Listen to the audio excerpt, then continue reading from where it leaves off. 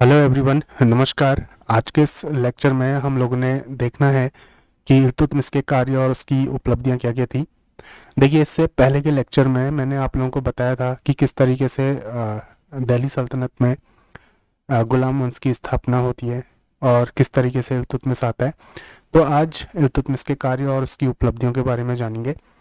उससे पहले एक बार देखिए, जो गुलाम वंश था, गुलाम वंश की जो बॉर्डर थी यानी कि जो सीमा थी वो कहाँ से कहाँ तक थी। देखिए, ये वाले मैप पे देखिए, ये जितना भी कवर्ड रीजन है, इतना पूरा ये पूरा रीजन था किसके अंतर्गत? गुलाम वंश के अंतर्गत। अब इस रीजन में क्या क्या आ रहे हैं, देखिए लाहौर यानी कि पाकिस्तान, ठीक है, लाहौर मुल्तान ये पाकिस्तान वाला रीजन हो गया। और यहाँ पे को दिल्ली, ये इंडिया का रीजन हो गया। इससे आगे, ठीक है, जम्मू कश्मीर वगैरह ये। इससे आगे यहाँ तक को, यहाँ तक मीन्स कि अभी जो ठीक है, पश्चिम बंगाल है, बांग्लादेश है और इधर बिहार वाला कुछ रीजन, ये पूरा का पूरा रीजन गुलाम वंश के अंतर्गत था। अब ये जो मैप होता है ना, एक चीज समझना कि ये मैप तब का होता है जब सल्तनत अपने पीक पर होती है। बोलने का मतलब, सल्तनत का विस्तार जब सबसे ज्यादा होता है तब का ये मैप होता है। तो सबसे अधिक जो विस्तार हुआ था गुलाम वंश का, वो इतने हिस्से में हुआ था। और ये अपने आप में बहुत बड़ा रीजन है। पाकिस्तान से लेके इंडिया के पूरे ईस्ट तक ये था, तो अपने आप में बहुत बड़ा रीजन है। तो ये जो सल्तनत थी ये बहुत बड़ी सल्तनत थी। तो देखिए, इसमें क्या क्या इल्तुतमिश के कार्य थे, क्या क्या उसकी उपलब्धियां थी, इन सारी चीज़ों को हम लोग समझेंगे। इसमें आप लोगों ने दो रीजन देखने हैं। इंडिया का एक रीजन देखिए, यहाँ पे को है दिल्ली, ठीक है। तो ये जो दिल्ली वाला रीजन है, यहाँ पे को कौन था? यहाँ पे को था इल्तुतमिश।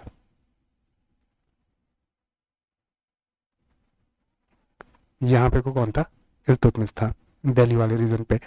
अब इल्तुतमिश की जो प्रॉब्लम थी वो मेनली दो रीजन्स पे थी। कौन कौन से रीजन पे थी? एक हम लोग डिस्कस करेंगे इतने हिस्से को, इतने हिस्से में क्या चीज़ थी, और दूसरा हम लोग डिस्कस करेंगे इतने हिस्से को, ठीक है।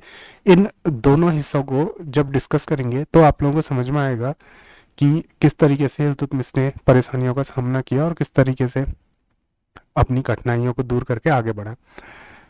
तो देखिए, जो दिल्ली सल्तनत है, दिल्ली सल्तनत में इल्तुतमिश का जो कार्यकाल था वो 26 वर्षों का था। 1210 से 1236 तक इल्तुतमिश ने क्या किया? कार्य किया। 1236 में इल्तुतमिश की मृत्यु हो जाती है। फिर उसके आगे ही कहानी तो बाद में हम लोग चलेंगे। तो ये टोटल जो कार्यकाल रहा वो कितने वर्षों का था? 26 वर्षों का इसका कार्यकाल था। अब देखिए होता क्या है, इन 26 वर्षों के कार्यकाल में यहाँ पे को बंगाल और बिहार, ये वाला जो रीजन है, ठीक है, इधर पे को देखिए, ये वाला जो रीजन है, ये रीजन है बंगाल और बिहार का है पूरा, जो ब्लू कलर से किया है। तो अब इस रीजन में किसका शासन था? देखिए, हेसामुद्दीन एवज खिलजी का। किसका शासन था? हेसामुद्दीन, ठीक, हेसामुद्दीन एवज खिलजी का। अब ये वाला रीजन हेसामुद्दीन ने संभाला है और ये वाले रीजन में इल्तुतमिश क्या था? व्यस्त था। बोलने का मतलब, ये जो रीजन है ये भी गुलाम वंश के अंतर्गत था, बट इसमें क्या था कि हेसामुद्दीन शासन कर रहा था और इल्तुतमिश जो था वो अपनी पश्चिमी सीमाओं में बिजी था। बोलने का मतलब, यहाँ जो इसके राज्य की सीमा है यानी कि इसके राज्य की जो बॉर्डर है उसको संभालने में इल्तुतमिश क्या था? बिजी था। तो जब इल्तुतमिश इस वाले रीजन पे फोकस कर रहा था, पश्चिम वाले रीजन पे फोकस कर रहा था, तो यहाँ क्या होता है कि ये जो हेसामुद्दीन होता है, जो ये वाले रीजन पे होता है, वैसे तो ये बंगाल वाले रीजन पे था, बट जब इल्तुतमिश यहाँ बिजी था, हेसामुद्दीन ने क्या किया? बिहार तक अपना कब्जा बना लिया, ठीक है, बिहार तक क्या किया? कब्जा कर लिया। तो इल्तुतमिश ने बोला कि चलो ठीक है, अभी पश्चिमी सीमा को निपटाते हैं, इससे तो हम लोग बाद में निपट लेंगे। तो इल्तुतमिश ने इस साइड को ध्यान नहीं दिया। इल्तुतमिश ने क्या किया? अपनी पश्चिमी सीमा पे बिजी रहा और उसी का फायदा उठा के हेसामुद्दीन ने क्या किया? बिहार तक के रीजन पे अपना कब्जा कर लिया, ठीक है। तो ऐसे में क्या होता है, देखिए इल्तुतमिश जब हिसामुद्दीन यहाँ बिहार तक कब्जा कर देता है तो इल्तुतमिश क्या करता है कि अपने पुत्र यानी कि नसूरुद्दीन को आक्रमण के लिए भेजता है, ठीक है, कि तुम जाओ और यहाँ क्या करो, आक्रमण करो। अब होता क्या है कि इल्तुतमिश का जो पुत्र था नसूरुद्दीन, ठीक है, वो इस वाले रीजन पे क्या करता है, हिसामुद्दीन के अगेंस्ट आक्रमण करता है और इस युद्ध में हिसामुद्दीन मारा जाता है, ठीक है। तो कहानी को समझिए, ये दो मेन पार्ट्स हैं इसके। पहला पार्ट ये है कि इल्तुतमिश क्या था कि पश्चिमी सीमा पे बिजी था और हिसामुद्दीन क्या था, यहाँ बिहार सॉरी बंगाल वाले रीजन पे एक्टिव था। बोलने का मतलब बंगाल वाले रीजन पे शासन कर रहा था, लेकिन जब ये पश्चिमी सीमा पे व्यस्त हो जाता है तो हिसामुद्दीन क्या करता है, बिहार तक अपने कब्जे में कर लेता है।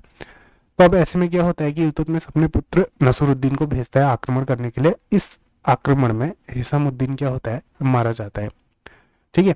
हिसामुद्दीन जब इस युद्ध में मारा जाता है तो ये पूरा का पूरा जो रीजन होता है, अब ये पूरा रीजन ये बंगाल से लेके, ठीक है, कहाँ तक, बिहार तक का ये पूरा का पूरा रीजन किसके अंडर में आ जाता है, ये पूरा का पूरा रीजन आ जाता है किसके अंडर में, इल्तुतमिश के अंडर में। बोलने का मतलब ये जो बंगाल वाला रीजन होता है ये भी दिल्ली सल्तनत का क्या होता है, एक सूबा बन जाता है। उस टाइम पे क्या बोला जाता था, सूबा बोला जाता था, ठीक है। तो ये दिल्ली सल्तनत का क्या बन जाता है, एक सूबा बन जाता है। और ये होता कब है, 1226 में जो अटैक हुआ था, मींस कि नसीरुद्दीन ने जो हिसामुद्दीन पे आक्रमण किया था वो कब किया था, 1226 में किया था।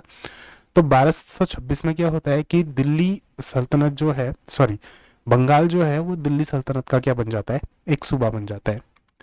अब देखिए बंगाल जब दिल्ली सल्तनत का एक सूबा बन जाता है तो इसमें दिक्कत क्या होती है, उस चीज को समझिए कि बंगाल जो है वो दिल्ली से बहुत दूर है, ठीक है। यहाँ पे को क्या है, बंगाल है। अब ये जो बंगाल है उसकी जो डिस्टेंस है वो दिल्ली से बहुत ज़्यादा है, यहाँ पे को क्या है, दिल्ली है। और आप लोगों ने देखा होगा बीच में क्या होता है, आजकल के हिसाब से यूपी पड़ता है, ठीक है, बिहार पड़ता है। तो उस समय क्या होता था कि जितनी भी यात्राएं होती थी या तो वो पैदल यात्राएं होती थी या फिर वो यात्राएं क्या होती थी, घोड़ों में होती थी, या फिर वो यात्राएं किससे होती थी, बैलगाड़ी से होती थी। तो ऐसे में दिल्ली से यहाँ बंगाल पे नियंत्रण रखना यानी कि कंट्रोल करना अपने आप में बहुत मुश्किल काम होता है। तो इसके लिए क्या है, देखिए बंगाल से दिल्ली जो थी वो काफ़ी दूर थी, इसलिए वहाँ पे को नियंत्रण करना क्या था, कठिन था। तो ऐसे में बंगाल में क्या होता है, सूबेदार नियुक्त किए जाते हैं। बोलने का मतलब कि जो इलाके काफ़ी दूर हैं, ठीक है, जैसे यहाँ पे को दिल्ली है, दिल्ली से काफ़ी दूर अगर कोई इलाका है, इस इलाके में आक्रमण करके इस इलाके को जीत लिया है, तो इसको कंट्रोल करने के लिए देखिए यहाँ से कंट्रोल नहीं हो सकता है, तो यहीं किसी को नियुक्त करना पड़ेगा जो इसको कंट्रोल करे और कंट्रोल करके जो भी टैक्स वगैरह है वो क्या करे, यहाँ दिल्ली में भेजते रहे। तो क्या होता है, सूबेदारों की नियुक्ति की जाती है। तो ऐसे जितने भी एरियाज थे सारे एरियाज में क्या होता है, सूबेदारों की नियुक्ति की जाती है। अब देखिए साथ साथ ही क्या होता है कि इतने रीजन में तो उसने संभाल लिया। अब नीचे इधर क्या होता है कि यहाँ जो रीजन है जैसे राजस्थान वगैरह वाला जो रीजन है, ठीक है, राजस्थान वाला जो रीजन है, राजस्थान उससे लगा इधर पे को जैसे एमपी वाला जो रीजन है, इधर क्या होता है, राजपूतों के विद्रोह शुरू हो जाते हैं। अब जब राजपूतों के विद्रोह शुरू होते हैं तो ऐसे में क्या माना जाता है कि जो रणथंबोर का किला होता है उस समय, ये किला अपने आप में बहुत पावरफुल किला था और इस किले को अपने कंट्रोल में लेना इल्तुतमिश के लिए जरूरी हो गया था। क्योंकि देखिए जो राजपूत विद्रोह हो रहे थे उनको दबाने के लिए रणथंबोर का किला जीतना बहुत ज़्यादा जरूरी हो गया था। तो ऐसे में इल्तुतमिश क्या करता है, ठीक है, वहाँ इस साइड इसको जीतने के बाद बंगाल बिहार को मिलाने के बाद ये रणथंबोर का किला जीतता है, ठीक है। किसका किला जीतता है, रणथंबोर का किला जीतता है। और साथ साथ ही 1229 में क्या प्राप्त करता है, वैधानिकता प्राप्त करता है। वैधानिकता प्राप्त करने का मतलब, देखिए जब दिल्ली सल्तनत बनी थी तो आप लोगों को याद होगा कि जैसे जो कुतुबुद्दीन ऐबक था उसने क्या किया था, सिर्फ शासन किया था। उसने कभी भी ये नहीं बोला था कि मैं दिल्ली सल्तनत का सुल्तान हूँ। मीन्स कि वैधानिकता प्राप्त नहीं की थी उसने। इल्तुतमिश पहला सुल्तान था, दिल्ली सल्तनत का पहला सुल्तान था जिसने क्या किया था, वैधानिकता प्राप्त की थी। बोलने का मतलब प्रमाण पत्र प्राप्त किया था, एक सर्टिफिकेट लेना होता था। किससे, जो खलीफा होता था उससे एक सर्टिफिकेट लेना पड़ता था। जैसे मान लीजिए ये रीज़न है, इन लोगों का क्या होता था कि जो मुस्लिम सत्ता होती है उस वक्त क्या था कि खलीफा उसमें सबसे टॉप पे होता था। ठीक है, खलीफा क्या होता था, सबसे ऊंचा पद माना जाता था। तो ये जो खलीफा होता था, ये खलीफा डिसाइड करता था कि कौन सुल्तान होगा कौन सुल्तान नहीं होगा। तो इल्तुतमिश से पहले जैसे कुतुबुद्दीन ऐबक था तो उसने खलीफा से प्रमाण पत्र प्राप्त नहीं किया था। बट इल्तुतमिश पहला ऐसा सुल्तान था जिसने क्या किया, खलीफा से प्रमाण पत्र प्राप्त किया, क्या होने का, सुल्तान होने का। इल्तुतमिश ने बोला कि मुझको प्रमाण पत्र दे दो, ठीक है, किस चीज के लिए, सुल्तान बनने के लिए। अब देखिए उस टाइम क्या होता होगा कि ये जो सुल्तान का पद प्राप्त करना है, ये सारी चीजें, इसके अंदर भी बहुत सारी पॉलिटिक्स चलती होगी, बहुत सारी पावर चलती होगी। ठीक है, तो इतना आसान नहीं होता होगा सुल्तान का पद प्राप्त करना। तो इल्तुतमिश ने क्या किया, सबसे पहले वैधानिकता प्राप्त की, किसकी, सुल्तान होने की। कब, 1229 में। और देखिए 1229 में क्या होता है ना, 1229 में इसका जो पुत्र था नसरुद्दीन, ये भी मारा जाता है। तो यहाँ पे कोई इल्तुतमिश को एक बड़ा झटका जरूर लगता है, क्योंकि जो इल्तुतमिश था वो अपने पुत्र नसरुद्दीन से काफ़ी प्रेम करता था, और 1229 में नसरुद्दीन भी मारा जाता है।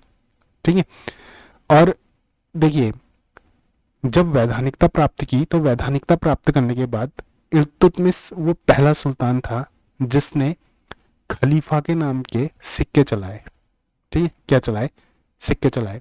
खलीफा अल मुस्तनसिर के नाम के क्या चलाए, सिक्के चलाए। और ये क्वेश्चन एग्जाम में बनते भी हैं कि दिल्ली सल्तनत का कौन सा सुल्तान था जिसने सबसे पहले वैधानिकता प्राप्त की, तो कौन था, इल्तुतमिश था। कब की, 1229 में। और खलीफा के नाम के सिक्के सबसे पहले किसने चलाए, इल्तुतमिश ने चलाए। ठीक है, खलीफा अल मुस्तनसिर। और एग्जाम में शॉर्ट में यही पूछा जाता है कि खलीफा के नाम के सिक्के किसने चलाए, तो किसने चलाए, ठीक है, इल्तुतमिश ने चलाए। और इस बात का जो जिक्र है, अगर क्वेश्चन थोड़ा सा टफ हो जाएगा तो क्वेश्चन ऐसे पूछा जाएगा कि इल्तुतमिश ने जो खलीफा के नाम के सिक्के चलाए थे उसका जिक्र किसमें किया गया है।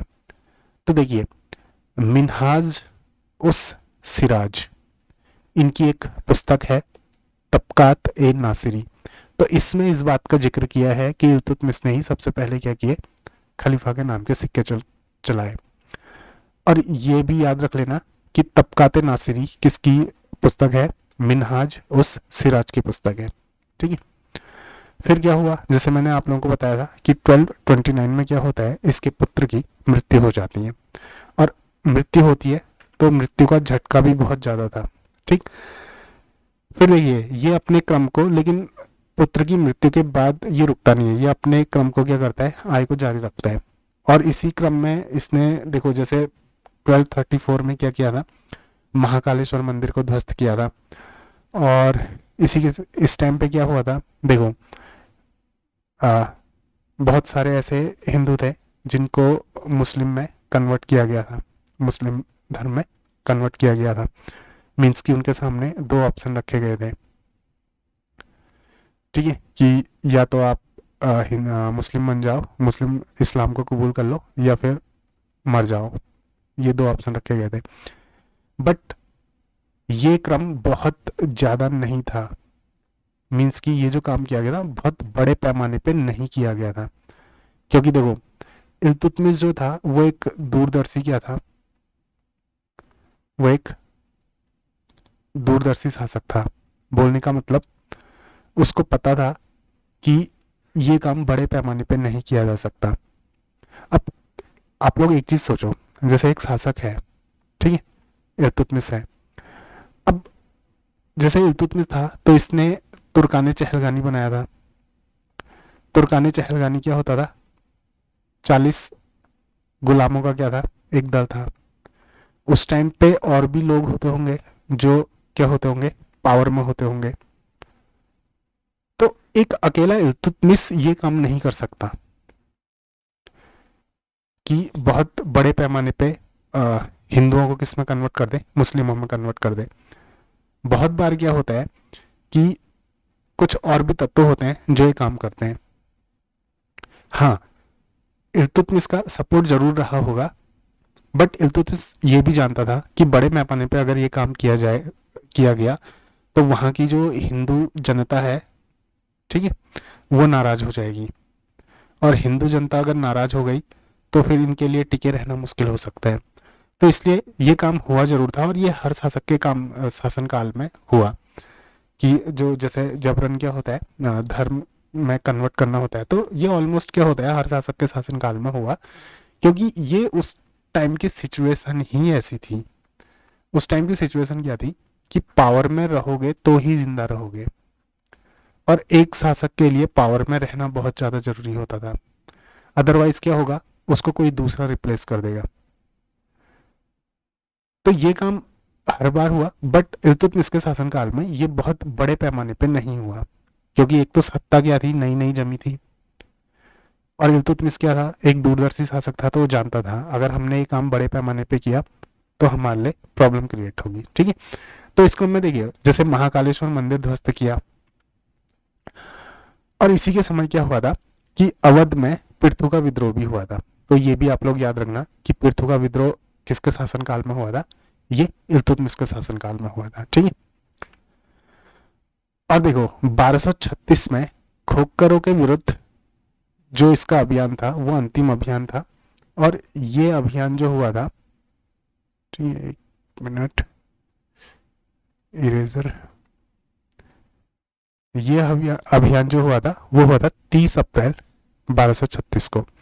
और 30 अप्रैल 1236 को क्या हो गया था, ठीक है, जो खोखरों के विरुद्ध अंतिम अभियान था, इस बीच इसकी तबीयत क्या होती है, बिगड़ जाती है, और इसकी क्या होती है, मृत्यु हो जाती है, किसकी, इल्तुतमिश की। कुछ इंपॉर्टेंट फैक्ट हैं जो मैंने यहाँ पे को लिख दिया है। जैसे गुलामों का जो दल था तुर्कानी चहलगानी, ये किसने बनाया था, इल्तुतमिश ने बनाया था। इल्तुतमिश ने इक्ता प्रणाली की सुव्यवस्थित शुरुआत की। देखिए यहाँ पे को जो टर्म है वो है सुव्यवस्थित, ठीक है। तो सुव्यवस्थित तरीके से इक्ता प्रणाली को किसने शुरू किया था, इल्तुतमिश ने शुरू किया था। और ये जो इक्ता प्रणाली था ना, वो ये था, देखो इसमें, इसको शुरू करने का रीजन क्या था, उस चीज को समझो कि इल्तुतमिश यहाँ पे को है दिल्ली में, कोई क्षेत्र यहाँ पे को है, कोई क्षेत्र यहाँ पे को है, ठीक है। अलग अलग रीजन में क्या है, अलग अलग रीजन में क्षेत्र हैं, कोई क्षेत्र यहाँ पे को होगा, कोई क्षेत्र यहाँ पे को होगा। तो इन सारे क्षेत्रों को, ठीक है, ये केंद्र से जोड़ने के लिए किसका काम किया गया था, एकता प्रणाली की शुरुआत की गई थी।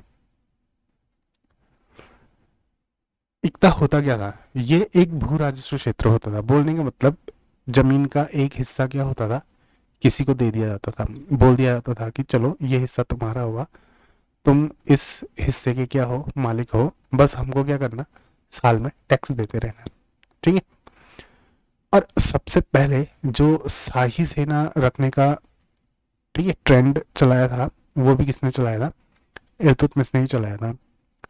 ये शाही सेना रखने का, शाही सेना के गठन का जो प्रस्ताव था, सबसे पहले इल्तुतमिश के समय में आया था। दीवाने आरिज, ये क्या होता था, शाही सेना की देखभाल करता था, और मुक्ता क्या होता था, प्रांतों में सेना की देखभाल करता था। ये दो फैक्ट हम अच्छे से याद कर लेना, कंफ्यूज करते हैं, ठीक है।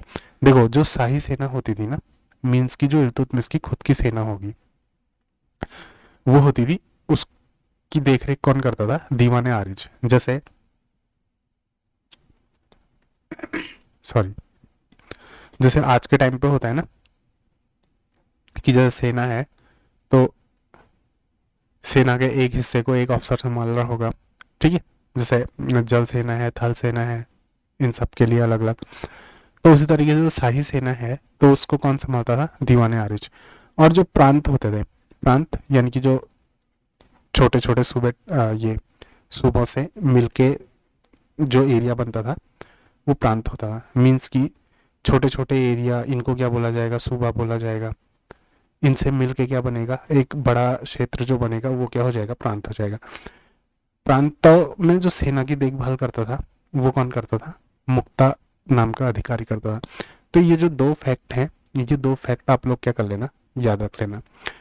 फिर देखिए इससे आगे क्या है कि इसमें बहुत सारी चीज़ें हैं, जैसे जो स्थापत्य कला है उसमें क्या योगदान था, साहित्य में क्या योगदान था, ठीक है, और शिक्षा के क्षेत्र में क्या योगदान था, जो शासन व्यवस्था थी उसमें क्या योगदान था। तो उन सारी चीज़ों के बारे में हम लोग डिस्कस करेंगे अगले वीडियो में। फिलहाल आज के वीडियो में इतना ही। उम्मीद करता हूँ कि ये लेक्चर आप लोगों को समझ में आया होगा। मिलते हैं अगले लेक्चर में, तब तक के लिए धन्यवाद, नमस्कार।